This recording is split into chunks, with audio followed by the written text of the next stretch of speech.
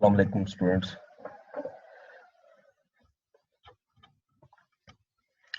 आज हम स्टार्ट लेंगे स्टेटमेंट ऑफ कैश फ्लो के क्वेश्चन जो मैंने कल भेजे थे। ठीक है, इसमें सबसे पहला क्वेश्चन स्टार्ट करते हैं जी। बिस्मिल्लाहिर्रहमानिर्रहीम। हमजा लिमिटेड। क्वेश्चन में जो चीजें गौर से देखने वाली हैं, जिसको अंडरस्टैंड करना जरूरी है, वो जरा ध्यान से समझनी है आपने, क्योंकि हमारा पहला क्वेश्चन है इस टॉपिक पे। अब सबसे पहले इसमें ऑथोराइज कैपिटल दिया है, इसका कोई लिंक नहीं होता और ना ही हमें इसे लेना होता है। ये जस्ट इंफॉर्मेशन होती है कि एक कंपनी इससे ज्यादा शेयर इशू नहीं कर सकती। Then issued subscribed and paid up capital, इसको सिर्फ ये देखना है कि ये इंक्रीज हो रहे हैं। यस, इंक्रीज हो रहे हैं, यानी इसका मतलब है कि ड्यूरिंग द ईयर कंपनी ने शेयर इशू किए हैं। उसके बाद रिटेन्ड प्रॉफिट्स, रिटेन्ड अर्निंग जिसको कह लें। Then 10% bonds payable, non current liability में ये आपके डिक्रीज हो रहे हैं। इसका मतलब है कि आपने लोन जो है रीपे किया है। उसके बाद अकाउंट्स पेएबल, करंट लाइबिलिटी में इंटरेस्ट पेएबल और accrued expenses. Then non current assets में लैंड की वैल्यू डिक्रीज हो रही है, इसका मतलब लैंड हमने डिस्पोज की है। प्लांट एंड मशीनरी, इक्विपमेंट, और उसके बाद उसकी एक्यूमुलेटेड डेप्रिसिएशन। करंट एसेट्स में inventories, receivable, allowance for doubtful debts और कैश एंड बैंक बैलेंस। ठीक है जी। अच्छा, अब इसमें एक चीज खास तौर पर देखनी होती है कि फर्स्ट कॉलम कौन सा है। सम टाइम ये जैसे फर्स्ट कॉलम 18 है और देन 17 है, क्योंकि हमें बहुत सी जगह पे इंक्रीज और डिक्रीज देखना है, तो ये अक्सर स्टूडेंट्स मिस्टेक करते हैं कि सम टाइम 17 पहले दिया होगा और 18 बाद में होगा, और मोस्टली ऐसा होता है जैसे ये क्वेश्चन में 18 एंड देन 17। उसके बाद नीचे देखें तो स्टेटमेंट ऑफ कॉम्प्रिहेंसिव इनकम दी है, जहां पर नेट इनकम गिवन है। एडिशनल इंफॉर्मेशन में यहाँ से ये इंफॉर्मेशन बहुत जरूरी है। Hamza limited has declared and paid cash dividend of 20 million during the year. ठीक है, यानी ये आपने डिविडेंड जो है वो डिक्लेयर किया है। Then a company had issued ordinary shares against retirement of bonds payable amounting to rupees 50। इसको हम कहते हैं कन्वर्जन होना, यानी आपने शेयर इशू किए और उसके बाद बॉन्ड्स को रिटायर किया है, पे किया आपने। ठीक है, यानी ये 50,000 रुपीज के शेयर इशू करके 50,000 की लाइबिलिटी को डिस्चार्ज किया। 10% bond payable were issued on January 1, 2017. Accrued interest is payable on January 1 each year. ठीक है। A machine costing 5 million, which was 25% depreciated, was sold for 4 million और ignored tax। ये बड़ा simple सा क्वेश्चन है, इसमें कोई मुश्किल चीज नहीं है, लेकिन स्टार्ट हम यहीं से लेंगे।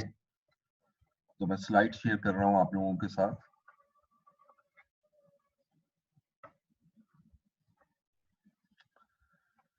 This one.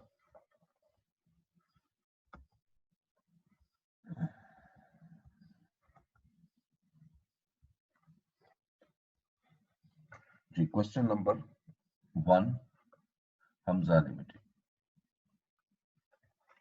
यहां मैं क्वेश्चन ला रहा हूं, सबसे पहले ऊपर नेम लिखेंगे हम, हमजा लिमिटेड।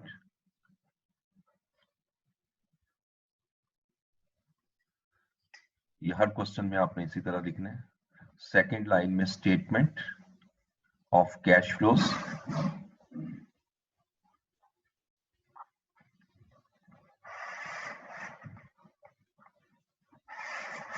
और थर्ड लाइन में आप लिखेंगे इसकी डेट क्या है, तो किस पीरियड की आप फाइनेंशियल स्टेटमेंट बना रहे हैं। अगर आप देखिए तो स्टेटमेंट ऑफ फाइनेंशियल पोजीशन 31 दिसंबर 2018 की है। ठीक है, तो हम यहां लिखेंगे for the year ended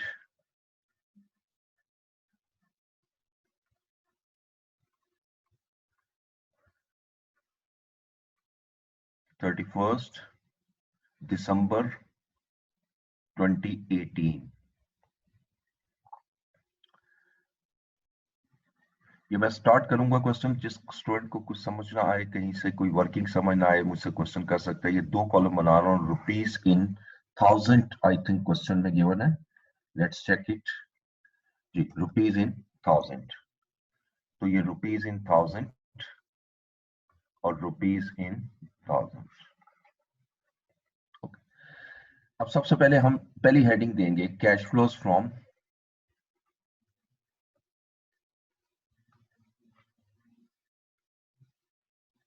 operating activities.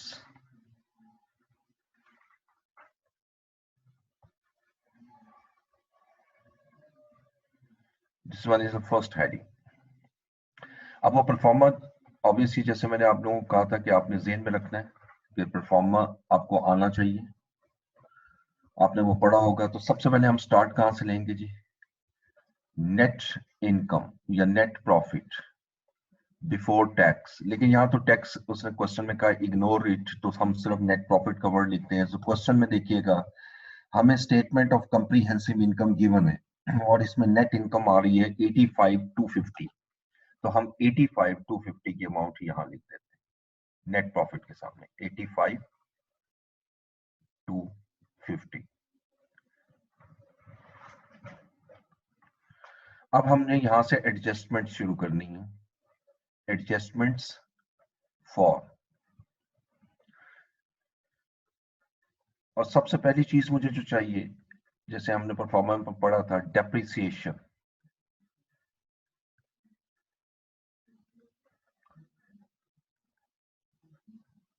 Expense, और डेप्रिसिएशन एक्सपेंस क्वेश्चन के अंदर गिवन नहीं है और मैं फर्स्ट वर्किंग बनाऊंगा। क्वेश्चन के मुताबिक देखें डेप्रिसिएशन कहीं पर गिवन नहीं है, सिर्फ एक्यूमुलेटेड डेप्रिसिएशन गिवन है। और मैंने आपको बताया था कि पहली वर्किंग जो आपने डेप्रिसिएशन की जो फर्स्ट प्रेफरेंस देनी है वो एक्यूमुलेटेड डेप्रिसिएशन को देनी है। तो एक्यूमुलेटेड डेप्रिसिएशन का हम टी अकाउंट ओपन कर लेते हैं।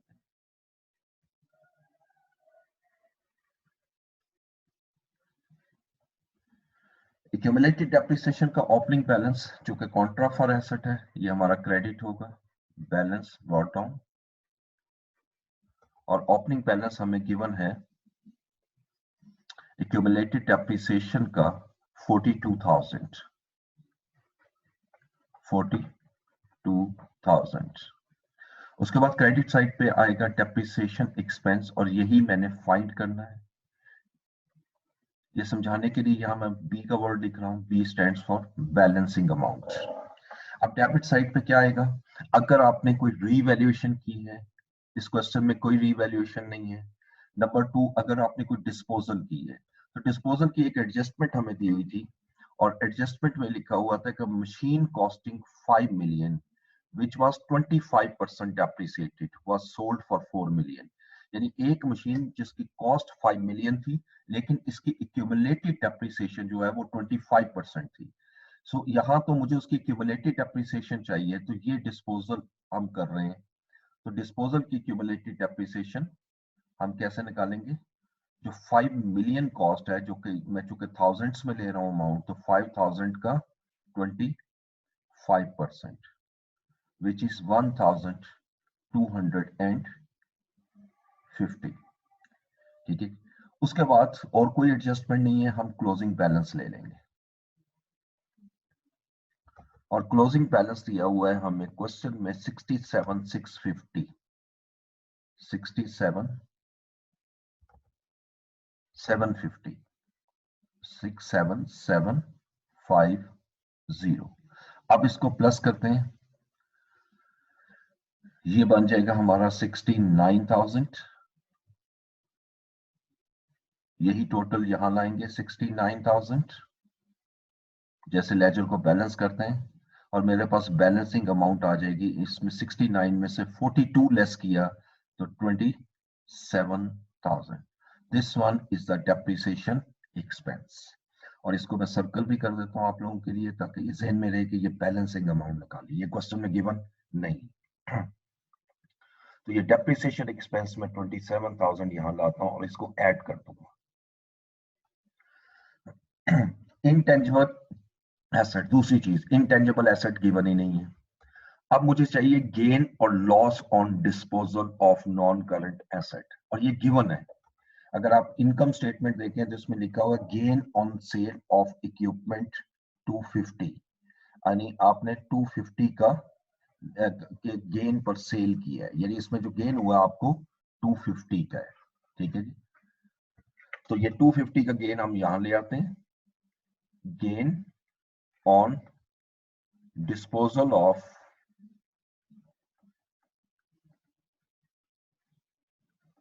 इक्विपमेंट, और इसमें कोई वर्किंग की जरूरत नहीं है, और ये हमें गेन गिवन है 250, और 250 का गेन यहां पर हम माइनस कर देंगे क्योंकि गेन है।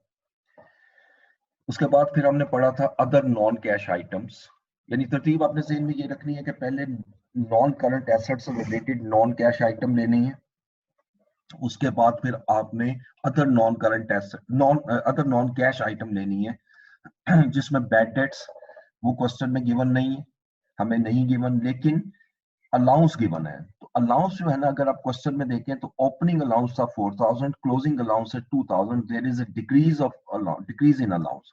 तो डिक्रीज इन अलाउंस यहां मैं लाऊंगा, डिक्रीज इन अलाउंस, और डिक्रीज हो रहा है 2000। अलाउंस एक्सपेंस होता है वो ऐड होगा, और decrease in allowance decrease in expense है, इसलिए हम इसको माइनस करेंगे, यानी ये क्रेडिट बैलेंस होता है। अलाउंस के बाद फिर आपने देखना है कि प्रोविजन तो क्वेश्चन में गिवन नहीं है, कोई क्वेश्चन में प्रोविजन गिवन नहीं है, तो अब आपने इसके फौरन बाद इंटरेस्ट एक्सपेंस को ऐड कर देना है, इंटरेस्ट एक्सपेंस। अब इंटरेस्ट एक्सपेंस क्वेश्चन में देखें तो फाइनेंशियल चार्जेस के नाम से दिया हुआ है 20,000। फाइनेंशियल चार्जेस इंटरेस्ट एक्सपेंस में फॉल करता है, ये 20,000 आप इसको ऐड बैक कर दो, और फिर देखेंगे कोई इंटरेस्ट इनकम या डिविडेंड इनकम या इन्वेस्टमेंट इनकम गिवन है, तो वो क्वेश्चन के अंदर गिवन नहीं है। ये सारी चीजें इनकम स्टेटमेंट से हमें मिल रही है, ठीक है। अब इसके बाद ये मेरा पहला हिस्सा कंप्लीट हुआ। अब देखिए हमने जो लास्ट टाइम परफॉर्मा पढ़ा था वो काफी लेंथी था, लेकिन यहाँ पे हमने पहला हिस्सा निकाल लिया। अभी ऑपरेटिंग कंप्लीट नहीं हुआ, ऑपरेटिंग का पहला हिस्सा कंप्लीट हुआ है, जिसको हम कहते हैं cash generated before working capital change,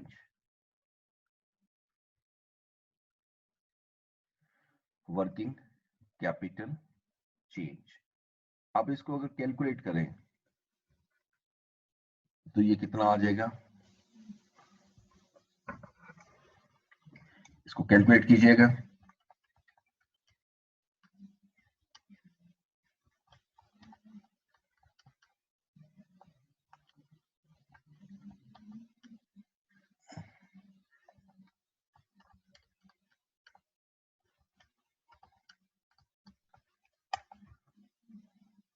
ये आ रहा है 130,000, ठीक है। तो ये बन जाएगा cash generated before working capital change, this is 130,000।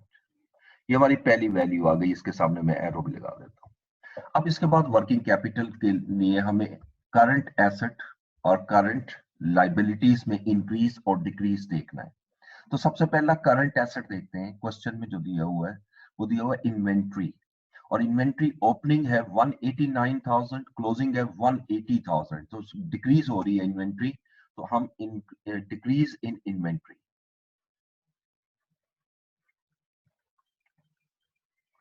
और डिक्रीज इन इन्वेंट्री 9,000 से हो रही है। अब डिक्रीज इन इन्वेंट्री चूंकि क्रेडिट होगी तो कैश में ये प्लस हो जाएगी, यानी डेबिट कैश होगा, तो ये 9,000 लेंगे।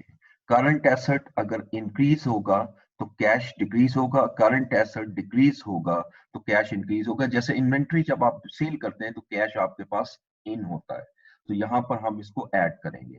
दूसरा करंट एसेट देखें, अकाउंट्स रिसीवेबल्स। अब अकाउंट रिसीवेबल हमें दिया हुआ है 70,000 ओपनिंग, और ये ग्रॉस अमाउंट लेनी है, नेट नहीं लेनी।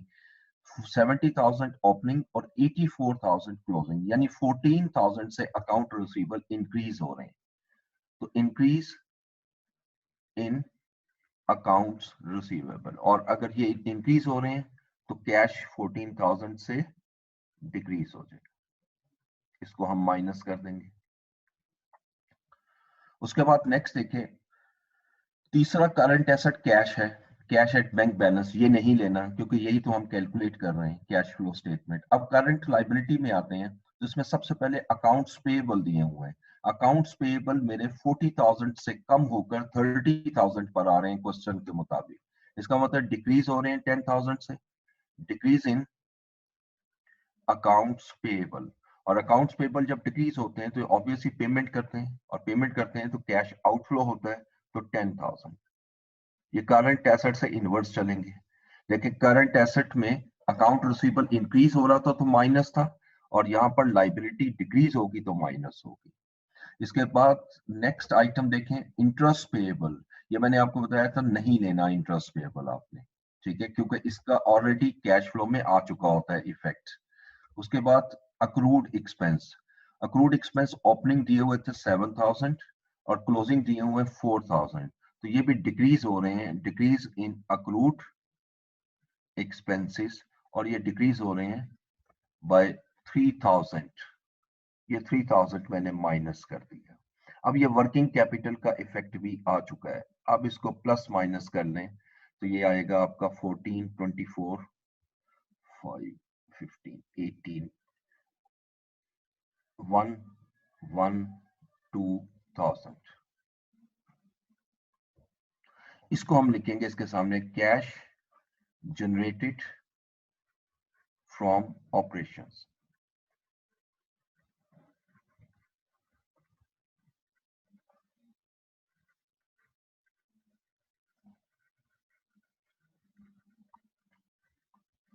ठीक है।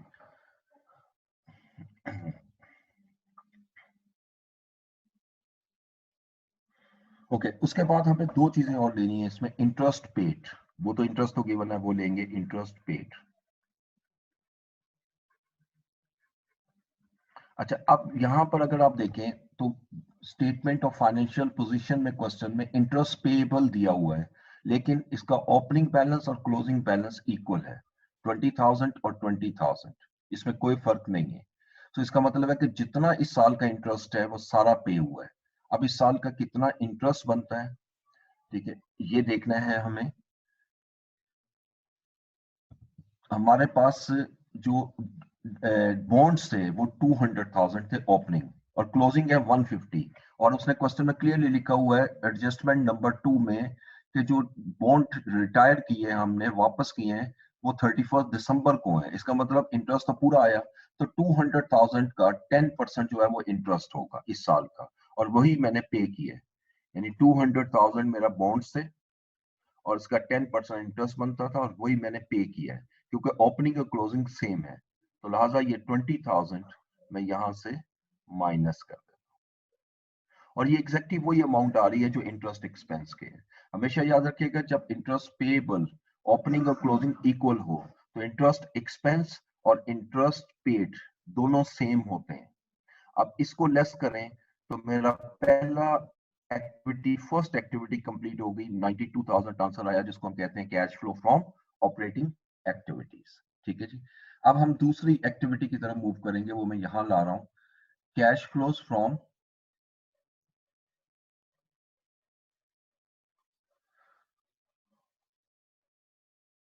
Investing activities.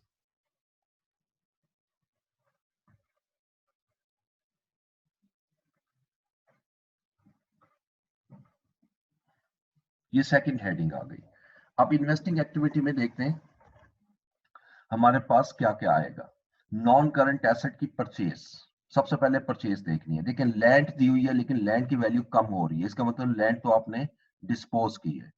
प्रॉपर्टी, उसके बाद प्लांट एंड इक्विपमेंट है, प्लांट एंड इक्विपमेंट इंक्रीज हो रहा है, तो इसका मुझे लेजर बनाना पड़ेगा।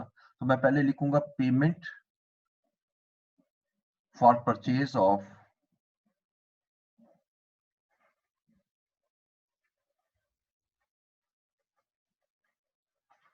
प्लांट एंड इक्विपमेंट, और इसके लिए हम वर्किंग नंबर 2 बनाते हैं, और अमाउंट यहां ले आएंगे रुपीज इन 1000। देखिए वर्किंग 2 अब हम बनाते हैं प्लांट एंड इक्विपमेंट का लेजर।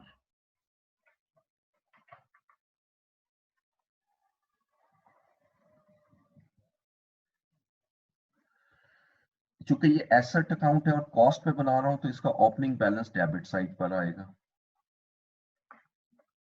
क्वेश्चन में देखें तो इसका ओपनिंग बैलेंस जो है प्लांट एंड इक्विपमेंट का 200,000 गिवन है, 200,000। अच्छा, अब ड्यूरिंग द ईयर आपने कोई नया एसेट परचेज किया, वही तो मैंने फाइंड करना है, which is a balancing figure. अच्छा, अब क्रेडिट साइड पे कोई एसेट आपने डिस्पोज किया है, डिस्पोजल, तो यहां पर उसकी कॉस्ट लानी है। और जो हमने डिस्पोज किया था, एडजस्टमेंट नंबर अगर आप देखें तो 4 में हमने पढ़ा था मशीन कॉस्टिंग 5 मिलियन, यानी मशीन जिसकी कॉस्ट 5 मिलियन थी, which was 25% depreciated, was sold for 4 million। एक मशीन जिसकी कॉस्ट 5 मिलियन थी वो आपने सेल की, तो यहाँ चूंकि मैं कॉस्ट पे लेजर बना रहा हूँ तो मैं यहाँ पर 5,000 कॉस्ट लिख दूंगा, ठीक है। और उसके बाद सिंपली कोई रिवैल्यूएशन नहीं है तो क्लोजिंग बैलेंस। अब क्लोजिंग बैलेंस देखें तो आपको गिवन है 265,000 का। अब जो डिफरेंस क्रिएट हो रहा है, ये जो इंक्रीज हो रहा है, यानी ये 270,000 है और डेबिट साइड पे टोटल 200,000 है, जिसका मतलब 70,000 का एसेट जो है वो आपने आप ड्यूरिंग द ईयर हमने न्यू बाय किया था। ये 70,000 की अमाउंट जो है ये कैश फ्लो में चली जाएगी कि हमने 70,000 रुपीज का एसेट परचेज किया थ्रू कैश। ये 70,000 की अमाउंट यहाँ ले आएंगे, और चूंकि ये परचेज की अमाउंट है तो यहाँ पर मैं इसको माइनस कर, ठीक है। उसके बाद फिर जो एसेट सेल किया है उसकी प्रोसीड्स चाहिए मुझे, proceeds from disposal of equipment. एक एसेट इक्विपमेंट हमने डिस्पोज भी किया था, ये आप देख सकते हो 5,000 उसकी कॉस्ट थी, लेकिन हमें यहाँ कॉस्ट नहीं चाहिए, हमें चाहिए कितने में सेल किया है, यानी कितना कैश इनफ्लो हुआ है। तो उसी एडजस्टमेंट में नंबर 4 एडजस्टमेंट में आप देखेंगे it was sold for 4 million. हमने 4 मिलियन का सेल किया है, यानी 4,000 मेरे पास कैश इनफ्लो हुआ है, ठीक है। लेकिन इसको करने के फौरन बाद लैंड की तरफ आते हैं। लेकिन लैंड का ओपनिंग बैलेंस है 110, क्लोजिंग बैलेंस है 71। लैंड कम हो रही है, इसका मतलब लैंड सेल की है, और किसी किस्म का कोई गेन और लॉस क्वेश्चन के अंदर गिवन नहीं है। इट मींस कि ये आपने उतनी ही वैल्यू पर सेल किया है जितनी बुक वैल्यू थी। तो 110 में से अगर 71,000 लेस कर दें तो 39,000 का आ जाती है अमाउंट। तो ये भी मैं लिखूंगा proceeds from disposal of land,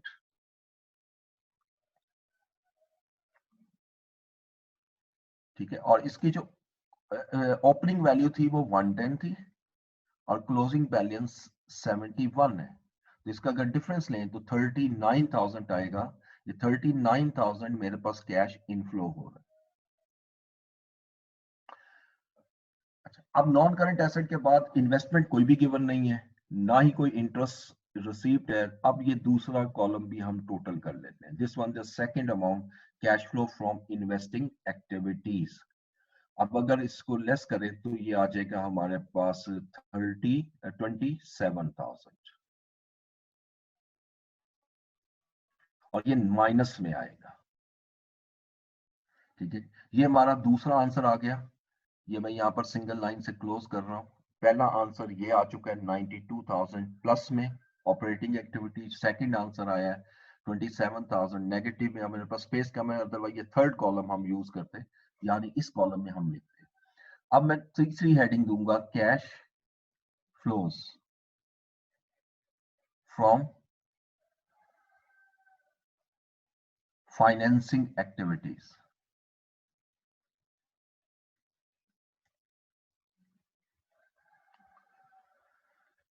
तो इसमें दो ही चीजें लानी है आपने, एक इक्विटी और एक डेट। तो सबसे पहले इक्विटी की तरफ आते हैं, यानी शेयर कैपिटल। और शेयर कैपिटल के साथ प्रीमियम कोई नहीं है। शेयर कैपिटल ओपनिंग है 164,000, क्लोजिंग है 214,000। इसका मतलब ये जो इंक्रीज हो रहा है ये आपने शेयर इशू किए थे। तो मैं यहाँ लिखूंगा proceeds from issue of shares. जो शेयर्स इशू किए हैं वहां से आपको कैश आ रहा है, और इन दोनों का डिफरेंस लेने हैं। इसकी पहली अमाउंट दी हुई है, क्लोजिंग अमाउंट है 214, ओपनिंग अमाउंट है 164,000, तो अगर इसका डिफरेंस लें तो 50,000 का मेरा कैश जनरेट हो। ये 50,000 मैंने प्लस में लिख दिया है। उसके बाद नेक्स्ट देखें, डिविडेंड, यानी इसी के अगेंस्ट डिविडेंड। तो आपके एडजस्टमेंट नंबर 1 में हमने पढ़ा था कि Hamza limited declared and paid dividend of 20 million. हमें डिक्लेयर्ड नहीं चाहिए, हमें पेड चाहिए। चूंकि पे हुआ है उसी डेट को, तो 20 मिलियन मैं इसमें से माइनस भी करूंगा और यहाँ लिखूंगा डिविडेंड पेड। देखें, इक्विटी के अगेंस्ट यही दो चीजें होती हैं, 20,000 ये यहाँ माइनस हो। एक इशू ऑफ शेयर, शेयर से कैश इनफ्लो होगा, और डिविडेंड जो आप पे करते हो वो कैश कम होता है। सेकंड एक चीज आपको फर्दर नॉलेज के लिए बता दूं कि IAS 7 अलाउ करता है हमें dividend can be recognised in operating activities as well, यानी मैं यहाँ पर भी ला सकता हूँ। अगर जिस सोल्यूशन में आप यहाँ देखते हैं डिविडेंड, तो वो भी गलत नहीं है, ठीक है। आप इसको फाइनेंसिंग में ले जा सकते हैं, ऑपरेटिंग में भी ले जा सकते हैं। उसके बाद नेक्स्ट आइएगा, डिविडेंड पेड के बाद आप नॉन करंट लाइबिलिटी में आएंगे।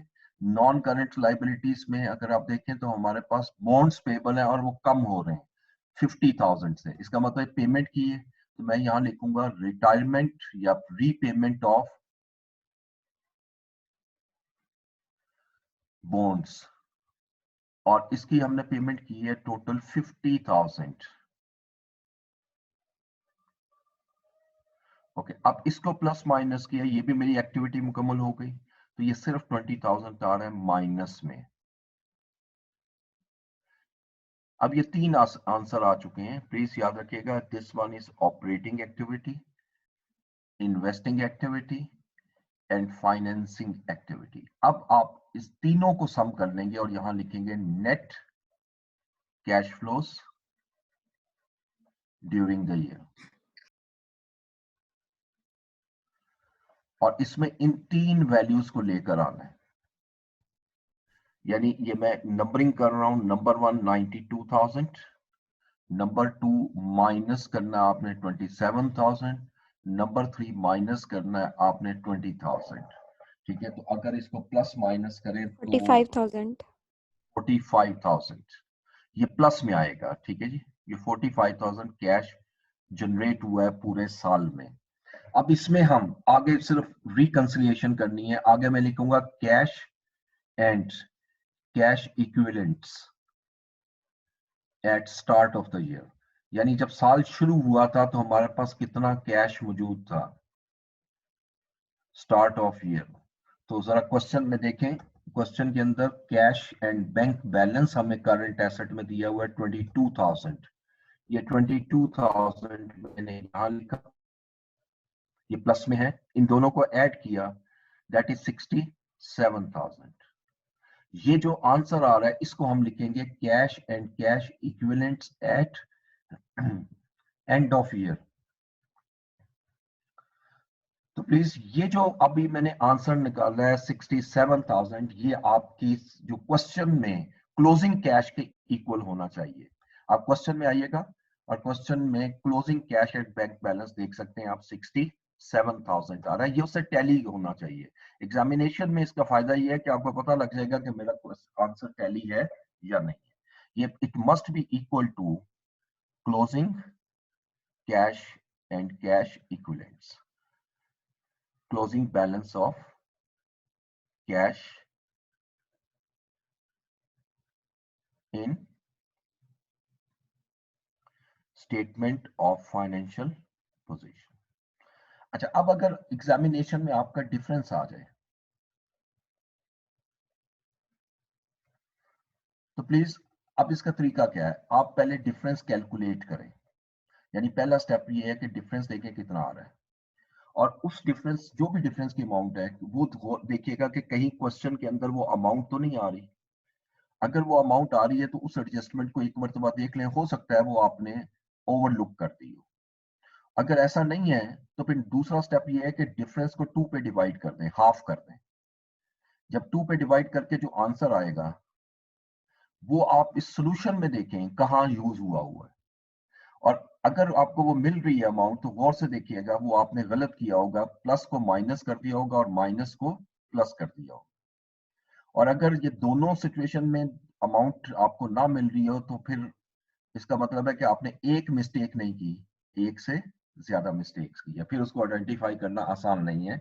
और आई वुड रिकमेंड कि अगर इस तरह टैली नहीं होता तो फिर आप अगले क्वेश्चन की तरफ मूव करने टाइम कि आप इसी क्वेश्चन पे लगाएं, ठीक है, क्योंकि आप इसमें मार्किंग स्कीम बड़ी अच्छी है। जो जो चीज आप लिखते चले जाएंगे उसके अलग-अलग मार्क्स होंगे। याद रखिएगा जिसकी वर्किंग्स होती हैं उसके मार्क्स ज्यादा होते हैं उस आइटम के। मिसाल के तौर पे ये हमने कैलकुलेट किया 70,000, ये वर्किंग 1 के थ्रू, 2 के थ्रू और ये वर्किंग 1 के थ्रू, इसकी मार्किंग स्कीम में मार्क्स ज्यादा होंगे और बाकियों के मार्क्स सिंपल बहुत कम कम होंगे। अब ये पूरा क्वेश्चन अगर जो मैंने किया है ये हार्डली 10 मार्क्स से ज्यादा नहीं होगा एग्जामिनेशन, ठीक है, 10 या 12 मार्क्स। लेकिन अभी ये जो मैंने पहला क्वेश्चन किया is the most simplest question, question number 1। अब जैसे जैसे आगे बढ़ते जाएंगे तो क्वेश्चन हमारा थोड़ा थोड़ी नई चीजें आती जाएंगी। जितनी प्रैक्टिस करके जाएंगे कैश फ्लो की उतना बेटर है, ठीक है। अब इसमें कोई क्वेश्चन किसी स्टूडेंट को करना हो, कोई चीज क्लियर ना हो,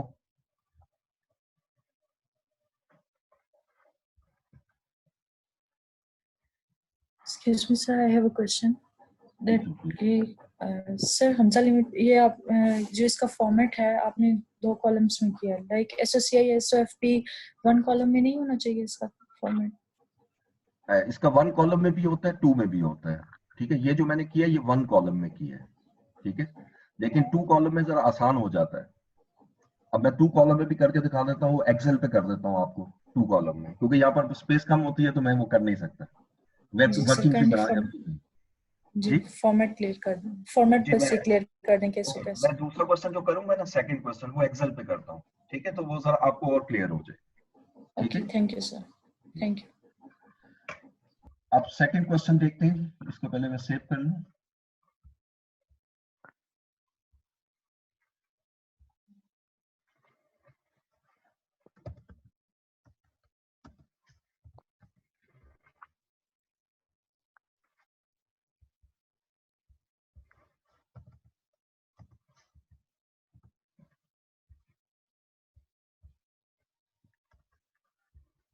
जी अब सेकंड क्वेश्चन पहले रीड कर लेते हैं, इसको मैं आपको शेयर कर दूं।